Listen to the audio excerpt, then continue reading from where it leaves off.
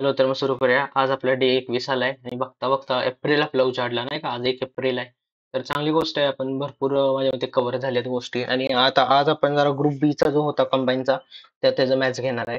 आणि मला ते एक सांगायचं आहे की एक लक्षात ठेवा, प्रीचं मॅच वेगळं आहे, मेन्सचं मॅच वेगळं आहे. हा, ग्रुप बी चं मॅच वेगळं आहे, ग्रुप सी चं मॅच वेगळं आहे. प्रीला कसा असणार आहे, मिक्स असणार आहे. पण मेन्सला ना, जर आपण ग्रुप बी चं बघितलं तर मॅक्झिमम रिझनिंगचा भर आहे आणि लेंदी लेंदी क्वेश्चन्स आहेत. आणि त्यांचं जास्त रिझनिंग ॲबिलिटीवर जास्त जोर आहे. आणि तेच जर आपलं ग्रुप सी चं जर मॅच बघितलं तर त्याला रिझनिंग पेक्षा मॅथ्स वर जोर आहे. त्यावर पण आपण एक व्हिडिओ करू. आणि जर माझे काही व्हिडिओ यायला वेळ होत असला तर मग काय म्हणतो, टॉपिक राहिले असले तर कमेंट करा. आणि मेलला पण रिप्लाय देईन. हा, काय काय गोष्टी सुरू आहेत त्यामुळे जर असं वेळ होतोय पण देईन 100%. चलो, ऑल द बेस्ट. चलो आता करूया आपण. हे बघा, हे बघा. हम्म. आता हा तुम्ही प्रश्न वाचला असणार आणि आपल्याला ह्यातलं ना हे काढायचंय की ऑड मॅन आउट. हा, आता जेव्हा मी हा प्रश्न बघितला ह्याला मला काही एक्झॅक्ट उत्तर असं माहित नाहीये. हा, मी म्हणलं ठीक आहे असं आहे हे. पण मग काय म्हणतो की या ह्याच्यात काय कळालं तर हे आहे ना, तर हे एकदम जास्त असं आपलं काय म्हणतो की गुंतागुंतीचं आहे. आणि त्यामुळं मग मला असं वाटलं की हे उत्तर असेल आणि त्यामुळे मी हे टिक केले. हा, म्हणजे हे माझं अंडरस्टँडिंग आहे असं म्हणतो मी. असं नाही म्हणत आहे की हेच आन्सर आहे. मी प्रश्न वाचला पण आहे, मला कळालं पण की आपण असं हे फिगर काढायचा काय म्हणतो की विदाऊट हे उचलता. पण इतकं काय मला नीट असं कळालं नाही. हा, माझ्या मते हे उत्तर आहे आणि तेच उत्तर आहे ऑफकोर्स. पण माझं एक्सप्लेनेशन त्यासाठी हे आहे. तुमचं काय असलं तर ठीक आहे तुमच्यासाठी. हा, आता बघा, आपल्याला दिले हा हे फिगर आयडेंटिफाय होणं खूप गरजेचं आहे. म्हणलं तुम्हाला असे प्रश्न आले की काय करायचे, तर मग या ह्याला ना, तर ह्या अख्ख्या प्रश्नाला सिलॉजिझम मध्ये कन्वर्ट करायचं. सिलॉजिझम मध्ये कन्वर्ट करायचं म्हणजे काय, असं म्हणायचंय बघा की काही महिला डॉक्टर आहेत, बरोबर आहे का? तर हो आहे. म्हणजे काही महिला डॉक्टर आहेत पण काढलं. काही डॉक्टर इंजिनियर आहेत. असं नॉर्मली असतं का, तर नसतं. हा, म्हणजे काय की काही पण झालं तरी काय म्हणतो, एक तर माणूस डॉक्टर असणार तर इंजिनियर असणार. म्हणजे काही डॉक्टर इंजिनियर आहेत बरोबर नाही, म्हणजे काय असणार की एकही डॉक्टर इंजिनियर नाही, म्हणजे असे एक एक सेपरेट असणार. आणि आता बघा, इंजिनियर आणि महिला, तर काही महिला इंजिनियर आहेत, हे महिला आहेत. हा, महिला. तर मग काही महिला इंजिनियर आहेत म्हणजे इथं लावू. ठीक आहे. म्हणजे आणि हे घालू, म्हणजे काय आपलं काय फिगर झाली, अशी आपली फिगर झाली. ठीक आहे. आणि ती बघा आपली कुठे येते, तर ती आपली हम्म, अशा तऱ्हेने. आणि मला असं वाटतं तुम्ही सॉल्व्ह करून करून तुमचं एक अंडरस्टँडिंग डेव्हलप झालं असणार की ज्याने तुम्हाला रिअल एक्झाम मध्ये खूप सोपं पडेल. हा, हा बघा प्रश्न. हा आहे ग्रुप बी कंबाईन मेन्स. हा, विचार करा, कंबाईन मेन्सचा प्रश्न आहे. ते पण आपलं आणि ग्रुप बी चा, असं ग्रुप सी चा पण नाही. म्हणजे आपण काय म्हणणार किती जास्त अवघड आहे, किती अवघड आहे. पण फक्त तुम्हाला म्हणलं इट इज व्हेरी इझी. फक्त काय डिफरन्स, डबल डिफरन्स आणि फास्ट मध्ये करता आलं पाहिजे. हे बघा की ह्याचा डिफरन्स किती, 23. ह्याचा डिफरन्स किती, 25. ह्याचा डिफरन्स किती, 27. झालं ना, कळालं की +2 +2 +2 म्हणजे ह्याचा किती असणार, 29 असणार. बरोबर. काय म्हणतो 29. म्हणजे इतका सोपा प्रश्न आहे. म्हणजे 227 ह्याचं उत्तर आहे. हा, म्हणजे मी तुम्हाला काय म्हणतो की आपण जो म्हणतो डिफरंट डबल डिफरन्स, खूप जण काय म्हणतील अरे नाही तू खूप सोपे गणित घेतोय, असं येत नाही. हे डिफरंट डबल डिफरन्स म्हणजे हे खूपच इझी मेथड झाली. पण नाही, हे बघा हे 2 2 2 येते. तर इतकंसं सोपं आहे. हा, त्यामुळे म्हणलं की आपली एक्झाम काय, आपली काय बँकिंग नाहीये की आपली एसएससी सीजीएल नाहीये की त्यांनी अतिशय अवघड टाकतील. नंबर सिरीज सोप्या असणार, फक्त आपलं कॅल्क्युलेशन जरासे फास्ट पाहिजे. ठीक आहे. हे बघा, ऑल डॉक्टर्स आर गर्ल्स. सगळ्याच्या सगळे डॉक्टर गर्ल्स आहेत. ही गर्ल्स मोठा आहे. All girls are boys. म्हणजे ऑल गर्ल्स आर बॉईज. आणि नो बॉय इज क्यूट. म्हणजे इथं आणि हे क्यूटचं आहे जसे काही संबंध नाही. अशी आपली फिगर आली. बघा, सम बॉईज आर डॉक्टर. बरोबर आहे का, तर ऑफकोर्स इथं दिसतच आहे. बरोबर आहे. आणि सम क्यूट आर गर्ल्स, पण क्यूट आणि बॉईजचा काही संबंध नाही. आणि ऑल बॉईज आर क्यूट म्हणजे हे गेलं, त्यामुळे only statement one is correct. ठीक आहे. असं आहे. हां. हा प्रश्न आहे आपला परमिटेशन कॉम्बिनेशनचा. जर तुम्हाला परमिटेशन कॉम्बिनेशन जमत असलं तरच हा प्रश्न जमणार. हं. आणि जर तुम्हाला त्याबद्दल काहीच अंदाज असं नसला तर मी जे सांगतोय ते तुम्हाला काही कळणार नाही. हा, कारण परमिटेशन कॉम्बिनेशन इतकं असं हे नाहीये नाही का, म्हणजे असं नाहीये की मी 2 मिनिटात त्याला एक्सप्लेन केलं आणि तुम्हाला कळालं. हा, तरी आपण करू. आपण हे कसं करायचंय, see, find the number of ways selecting 5 letters. आपल्याला एकूण 5 लेटर सिलेक्ट करायचे आहेत. हा, म्हणजे जागा बघा, 1 2 3 4 आणि 5, असे 5 आपल्याला लेटर आहेत. त्यात काय दिले की ऍटलिस्ट 2 वॉवेल आहेत. आता वॉवेल एकूण किती आहेत बघू. काय वॉवेल बघू, इथं काय आहे, यू, ई, आय, ओ. आणि कॉन्सोनंट. हा, आपलं स्वर आणि काहीतरी. हा, कॉन्सोनंट किती आहेत बघू, क्यू, एस, टी, एन. बरोबर. आपलं असे कॉन्सनंट आहेत, 4 कॉन्सनंट आहेत, 4 वॉवेल आहेत. ऍटलिस्ट 2 वॉवेल म्हणजे काय? तर पहिल्यांदा आपण ना काय म्हणतो, सगळ्यात पहिल्यांदा एक मिनिट, कॉन्सोनंट आय गेस 5 आहेत. क्यू एस टी एन, एक मिनिट, ई आय ओ यू, हा, 1 2 3 4. ठीक आहे, हा बरोबर, 4 4 आहेत. हा, ऍटलीस्ट 2 वॉवेल, पहिल्यांदा आपण 2 वॉवेल घेऊ. एकूण किती आहेत? 4 आहेत. हा, 4 पैकी आपल्याला किती पाहिजे? 2 पाहिजेत. 2 वॉवेल घेतले, बरोबर. हा, आता 2 वॉवेल घेतले. हा, तर एकूण आपल्याला 5 लेटरचा शब्द करायचा आहे. मग आता आपल्याला एकूण आता 2 झाले, एकूण किती? 3 राहिले, आणि कॉन्सोनंट किती? 4 आहेत. म्हणजे आपण काय करणार?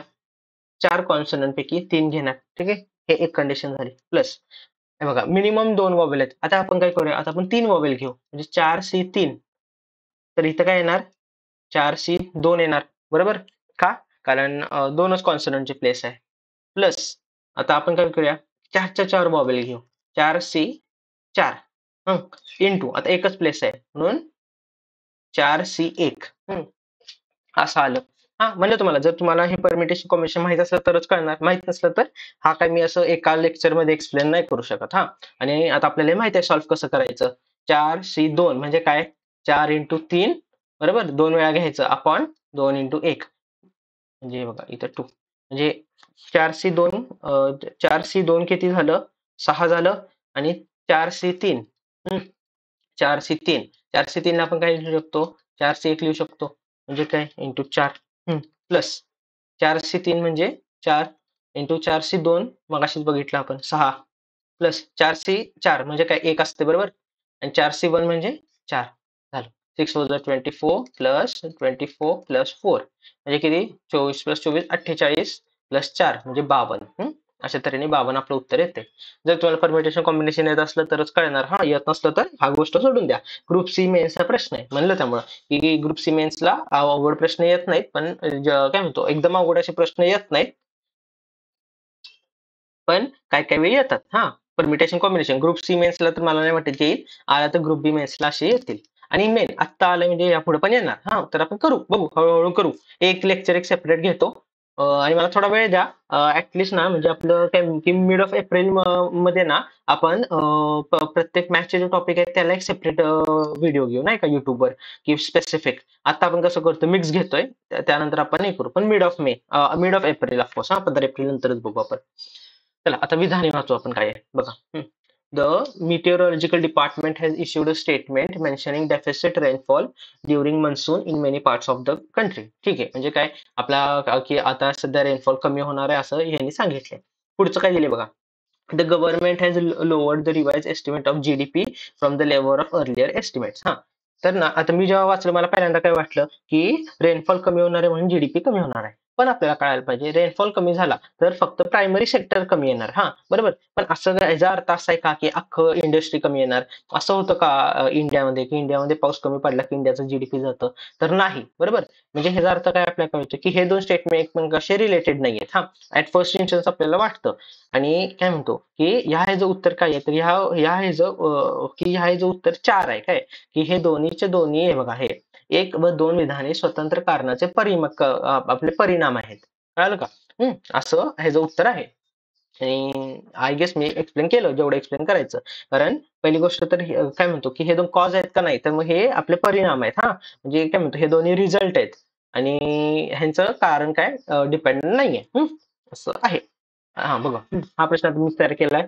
आता ह्या पुढच्या तर 5 दिवस, हा आठवडा ना, असेच जरा हाय हाय लेवल करू. आता बघा, आता जेव्हा असं सर्कल येतं ना, तेव्हा एक लक्षात ठेवायचं, एक तर ना असं कनेक्शन असतं, एक तर क्रॉस कनेक्शन असतं. 1 2, एक तर असं वर खाली, किंवा एक अख्खा पूर्ण सर्कलचं. जर तुम्ही आता ह्याच्यात ना कसं पण कनेक्शन लागू शकतं बघा. क्रॉसचं बेरीज 10 आहे, इकडचे पण 10 आहे, असं पण शकतो. या अख्ख्या सर्कलची बेरीज केली तर 20 येते, ह्याचं पण केलं तर 20 येते, म्हणजे ह्याचं पण केलं 20 आलं पाहिजे. म्हणजे 5 आणि 5, सॉरी, 10, 10 आणि 8 18, आणि इथं काय येणार, तर 2 येणार. तर एक आहे. ठीक आहे, असं आहे. हं. बरोबर. हे एकदम सोपं आहे, आणि ग्रुप बी आणि ग्रुप सी मेन्सला दोन्हीला असे प्रश्न येतात. प्रीला पण येतील. असं दिसलं की फास्ट मध्ये लगेच आपलं इक्वेशन लिहून घ्यायचं. आपण 17, डिवाइड काय आहे, डिवाइड म्हणजे प्लस प्लस आहे ना, प्लस 20 हा आता 20 + 50 आहे. प्लस आपल्याला काय वरती दिलंय बघा इथं. प्लस म्हणजे मल्टिप्लिकेशन आहे. इंटू 50. आता 50 - 10. मायनस काय आहे? मायनस म्हणजे डिवाइड आहे.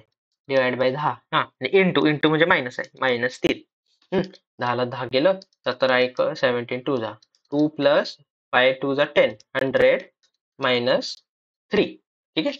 2 + 100 मायनस 3 म्हणजे किती आहे बघा. की 100 - 1 बरोबर.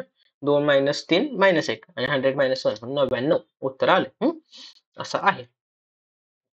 हा प्रश्न का घेतला सांगतो. ग्रुप बी ची मेन्स आहे ना, आता मी काल ग्रुप बी च्या मेन्सचे सगळे पेपर बघत होतो. आता रिसेंट झालेले. त्याला असा प्रश्न आलाय. हा सगळ्यात पहिल्यांदा लगेच ना आपलं कॅल्क्युलेशन्स करायला लागायचं नाही. आधी बघितलं काय आपल्याला फक्त डायग्राम काढायचा आहे. ह्याचा अर्थ काय? तर हे जे वरती हे जे दिलेत ना आपल्याला आकडे ह्याचा इतका काही सिग्निफिकन्स नाहीये. हे आपल्याला एवढं कळतंय आणि झालं तेवढंच. आता आणि असा सेम प्रश्न आलाय ग्रुप बी ला त्यामुळे म्हणलं घेऊ. बघा 120 विद्यार्थ्यांच्या वर्गात 45 जणांना इतिहास आवडतो. ठीक आहे. एक इतिहासाचं सर्कल काढलं. आणि 35 जणांना विज्ञान आवडतो. 10 विद्यार्थ्यांना दोन्ही आवडतात. म्हणजे काय की 2 सर्कल असणार जे ना असे एकमेकांमध्ये इंटरसेक्ट होत असणार. ठीक आहे. हे बघा अजून काय दिले. भूगोल हा विषय 23 विद्यार्थ्यांना आवडतो आणि या 23 विद्यार्थ्यांना इतर कोणताही विषय आवडत नाही. याचा अर्थ काय? एक सर्कल कंपल्सरी असा एकदम सेपरेट असणार काय ज्याचा कोणाशीच कशाशी संबंध नाही. ठीक आहे. आणि कोणाशीच मिक्स होणार नाही. अजून काय दिले बघा.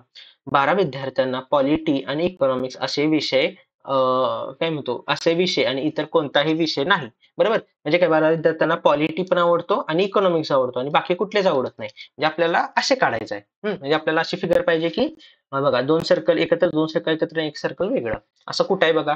आहे का? नाहीये. आहे हे नाहीये. का? सगळेच एकमेकात जातात. म्हणजे बघा हे सर्कल. कळालं? बघा इतिहास म्हणजे हिस्ट्री, जिओग्राफी मिडल नाही काय म्हणतो पहिल्यांदा कुठला आहे? हिस्ट्री आणि सायन्स आहे. बरोबर? हिस्ट्री आणि सायन्स, जिओग्राफी असा जो एकाला 23 जण आवडतो बाकी कोणाला आवडत नाही आणि 12 विद्यार्थ्यांना पॉलिटी आवडतो आणि इकॉनॉमिक्स आवडतो. अशा तऱ्हेने सॉल्व्ह होते. आता बघा हा हे बघा मुख्य रक्कम किती आहे म्हणजे आपल्याला काय काढायचं आहे आपल्याला काढायचं आहे प्रिन्सिपल अमाऊंट काढायचं आहे आणि आपल्याला बघायचं आहे की आपलं ह्याला काय म्हणतात डेटा सफिशियन्सी प्रश्न म्हणतात. आता आपण एकदम आधी आपण सिंपल इंटरेस्टचा फॉर्म्युला काढू. Simple interest is equal to काय पी एन आर अपॉन 100 हा आणि पी म्हणजे काय S I into 100 upon N R. एवढं आपल्याला कळालं. म्हणजे जर आपल्याला मुख्य रक्कम प्रिन्सिपल काढायची असली तर एक तर आपल्याला नंबर ऑफ इयर्स माहित पाहिजे, आपल्याला व्याज माहित पाहिजे आणि सिंपल इंटरेस्ट माहित पाहिजे. बघा जर आता आपण फक्त पहिलं स्टेटमेंट घेतलं आपल्याला काय कळतं बघा की की रक्कम 3 वर्षात 690 साध्या व्याजाने होते. हा ह्याचा अर्थ काय की आपल्याला 3 वर्षात एन कळालं आणि आपल्याला रक्कम कळाली अमाऊंट कळाली म्हणजे ठीक आहे अमाऊंट कळाली म्हणजे आपण त्यावरून आपण सिंपल इंटरेस्ट काढू शकतो का काढू शकतो. म्हणजे काय सिंपल इंटरेस्ट कळालं म्हणजे आपल्याला फक्त रेट ऑफ इंटरेस्ट पाहिजे तर पहिल्या आणि तिसऱ्याला घेतलं तर होईल का तर होतं बरोबर. तर आपलं रेट ऑफ इंटरेस्ट दिसतं तिसऱ्यामधनं म्हणजे 1 आणि 3 एकत्र आले तर होतं. आता बघा 2 आणि 3 एकत्र आले तर होतं का तेच होतं कारण तेच दिलंय हे नाही का की 5 वर्षात 750 म्हणजे फक्त आकडे बदलले म्हणजे 2 आणि 3 जरी एकत्र आले तरी होतं. आता आपण काय करूया आता आपण बघू 1 आणि 3 एकत्र करू आपलं 2 आणि 3 एकत्र करू तर जर ना आपण सिंपल इंटरेस्ट जास्त प्रॉब्लेम केले असते तर आपल्याला कळतं हे बघा 3 वर्षात 790 आहे 5 वर्षात 750 मग आपण काय करतो 2 वर्षात 60 रुपये आहे म्हणजे एका वर्षात 30 रुपये आणि त्यावरून आपण प्रिन्सिपल काढू शकतो. म्हणजे 1 आणि 2 जरी आपण एकत्र केले तरी आपलं निघतं. त्यामुळे ह्याचं उत्तर काय आहे? तर ह्याचं उत्तर आहे हे बघा 4. 1 1 आणि 3 किंवा नाही 1 मिनिट आय गेस ह्याचं उत्तर नाही ह्याचं उत्तर 4 नाहीये. ह्याचं उत्तर आय गेस 5 आहे. तरी मी एकदा बघतो आणि एकदा तुम्हाला हे शेअर करतो. नक्की काय आहे? 1 मिनिट मी मोबाईलमध्ये फोटो काढला असणार आहे असा आमचा. अं,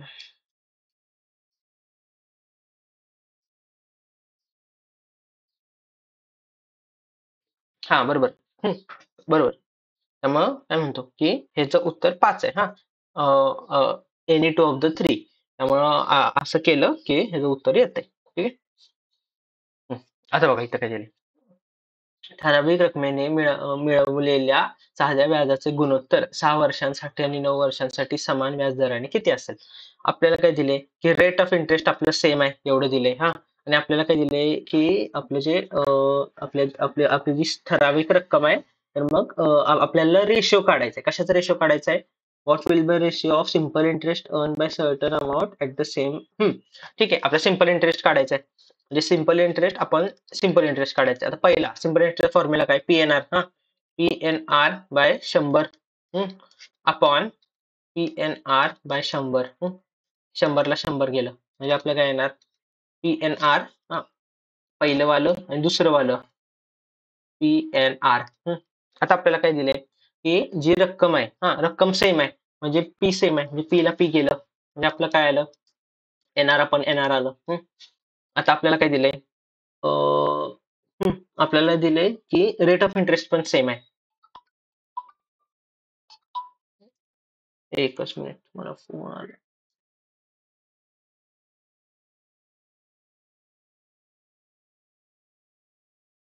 आणि आपल्याला काय दिलंय की आहे बघा की सेम रेट आहे म्हणजे काय की रेट ऑफ इंटरेस्ट पण गेलं म्हणजे आपल्याला तेच काढायचं आहे. म्हणजे आपण 6/9चं गुणोत्तर काढायचं आहे म्हणजे किती आलं? 2/3 आलं. म्हणजे काय सिंपल होतं, असं नव्हतं की प्रश्न अवघड होता. पण फक्त आपल्याला कळायला पाहिजे की दिले काय. जर दिलेल्या गोष्टी कळाल्या तरच होतात. चला, आता आपलं हे दिले, आपलं जे म्हणलं कंबाईन 2022चा जो प्रीचा पेपर झाला त्यात हा प्रश्न आलेला. आणि तेव्हा कालच्याच पीडीएफ मध्ये आपण केलं, परवाच्या म्हणजे ऑफकोर्स सॅटर्डेच्या, की ऍव्हरेज स्पीडचा फॉर्म्युला काय? 2ab अपॉन a प्लस बी. म्हणजे काय? 2 × 12 × 18 अपॉन a प्लस बी. 12 + 18 30. ठीक आहे, 30 आलं. आता आपण काय करूया? 3 10 = 30, 3 3 4 = 12. ठीक आहे, आता 4 2 = 8. 8 × 18/10. आता हे आपण घालवायला नको, कारण काय म्हणतो की 18 8 आपण 18 8 जर माहित असलं तर येते 144 येते बाय 10. म्हणजे फक्त एक डॉट द्यायचा. 14.4.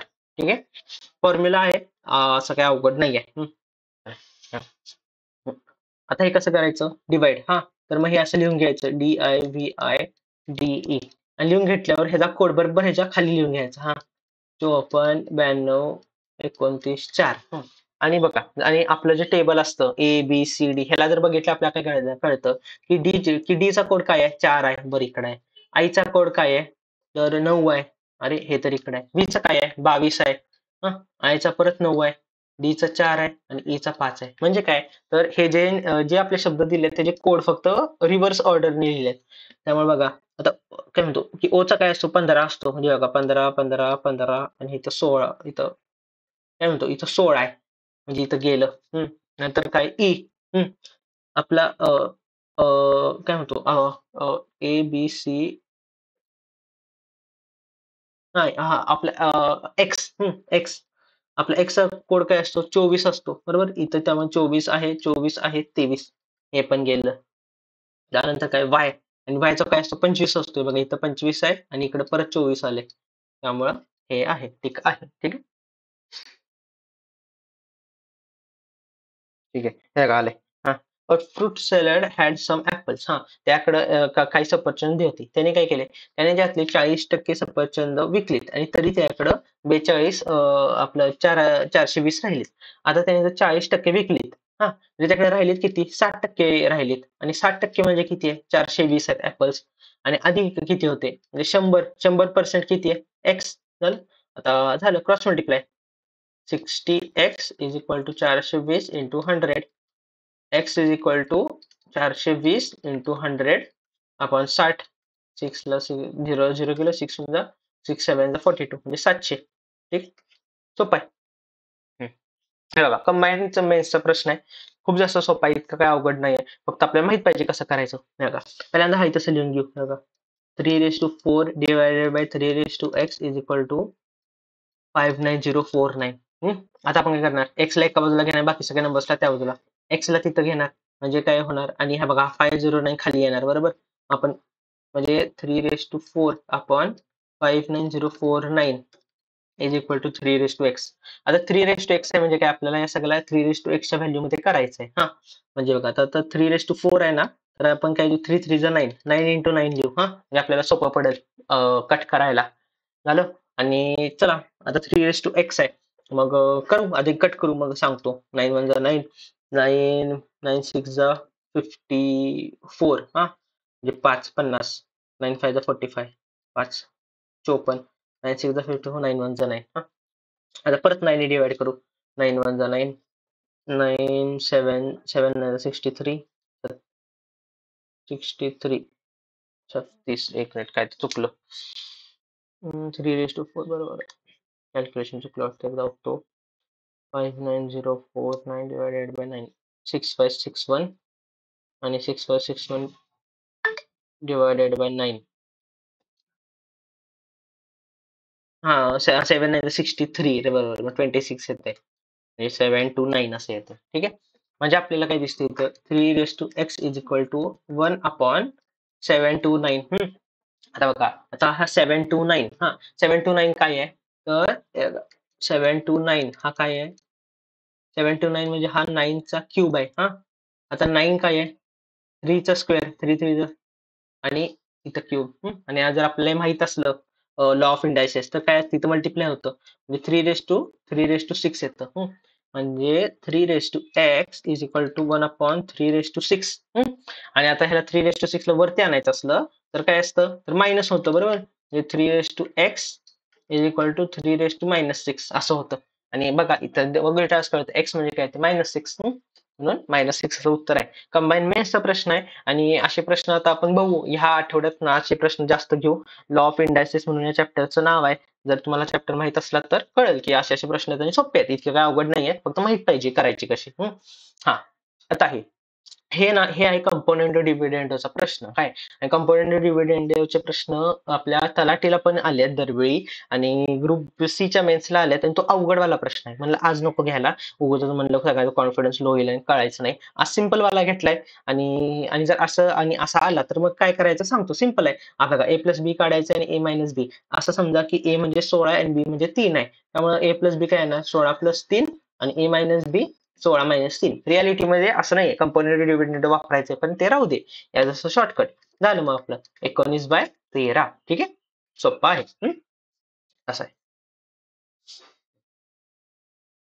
बघा, हे Ram can do a piece of work in 12 days, Shyam can do in 3 days. पण चला आपण एसटीडी लिहूया. एसटीडी लिहिलं, राम लिहिलं, श्याम लिहिलं, आणि राम प्लस श्याम लिहिलं. रामला काय म्हणतो, रामला किती वेळ लागतो, 12 दिवस लागतात. राम आणि श्यामला 3 दिवस लागतात. मग आपण टोटल टाइम घेऊ, 12 दिवस घेऊ. हा मग स्पीड काय ना, speed is equal distance upon time. मग रामची स्पीड काय, 12/12 1 येणार. आणि राम प्लस श्यामची स्पीड काय येणार, 3 डिस्टन्स अपॉन टाइम, म्हणजे 12/3, म्हणजे 4 येणार. ह्याच्यानं काय कळतं आपल्याला, सिंपल. ह्याच्यानं आपल्या श्यामची स्पीड कळते.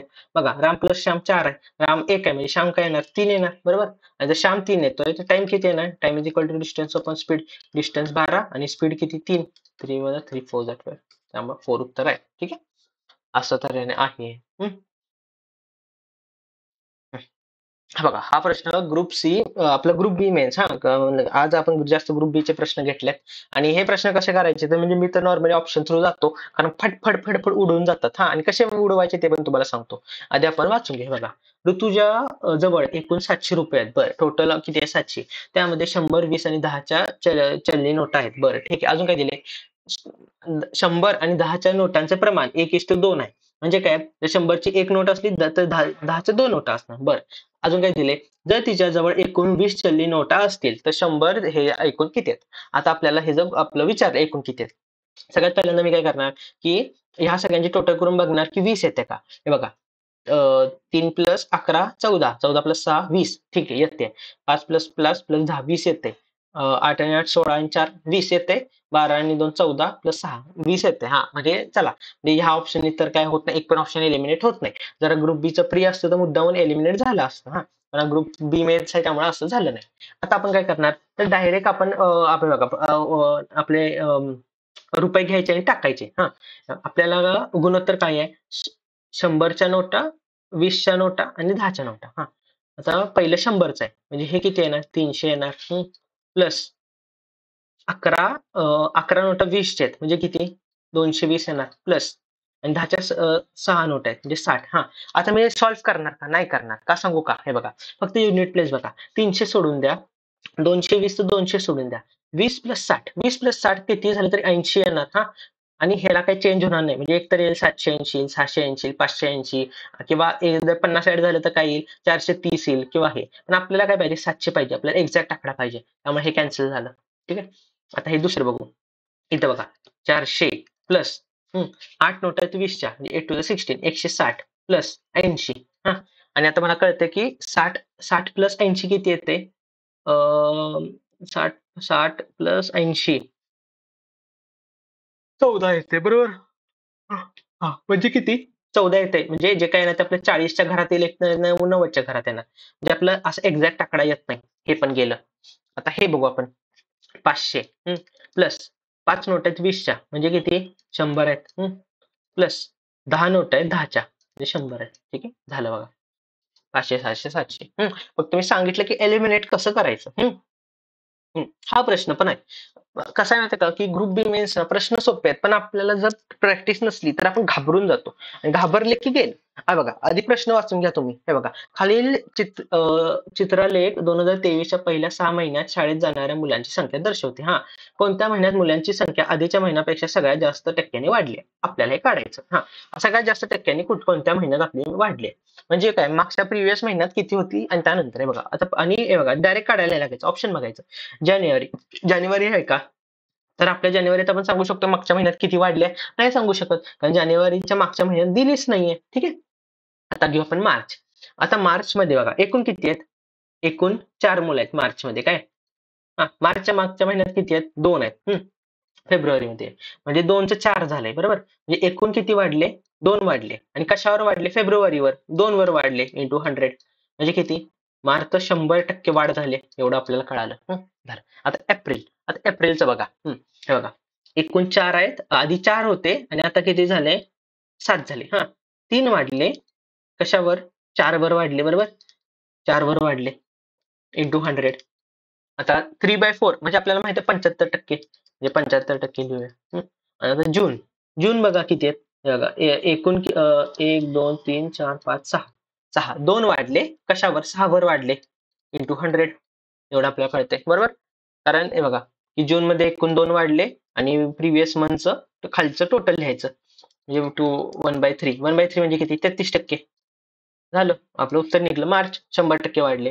प्रश्न सोपा होता, पण जर आपण प्रॅक्टिस केली नसली तर रिअल एक्झाम मध्ये आपल्याला भीती वाटते, कारण प्रश्न वाटतो की खूप मोठा आहे. ठीक आहे. आता बघा, की आपल्याला फिफ्थ फिगर काढायचा आहे. स्टार बघा, कोपऱ्यात कोपऱ्यात कोपऱ्यात कोपऱ्यात कोपऱ्यात खाली गेलाय, म्हणजे आता इथं परत वरती येणार. हा, म्हणजे स्टार इथं आला, इथं येणार. हे बघा, इथं गेला, इथं गेला, इथं गेला. आता ए आणि सी दोनच राहिले. आता यात काय करायचं, तर आता आपण हा डॉट चेक नाही करणार का, कारण दोघांकडे समान आहे, बरोबर. आता ह्यात वेगळं काय आहे ते आपण बघणार, एक तर ट्रायंगल नाही तर स्क्वेअर. आता बघू आपण. हे बघा, हा ट्रायंगल आणि स्क्वेअर आहे बघा, कसं आहे बघा. हे बघा, इथं ना, की भरीव काय आहे, स्क्वेअर आहे, मग ट्रायंगल, स्क्वेअर ट्रायंगल, स्क्वेअर. आता पुढे काय, भरीववाला आपलं ट्रायंगल असणार, ट्रायंगल भरीव कुठे, 3 मध्ये, म्हणून 3 उत्तर. ठीक आहे, असं आहे, सोपं होतं. चलो. झालं ऑल. चलो, काय कळालं असंच, कळालं नसलं तर करा, कमेंट करा, मी वाचेन, आणि मी रिप्लाय जरी नाही दिला तरी पुढच्या व्हिडिओ मध्ये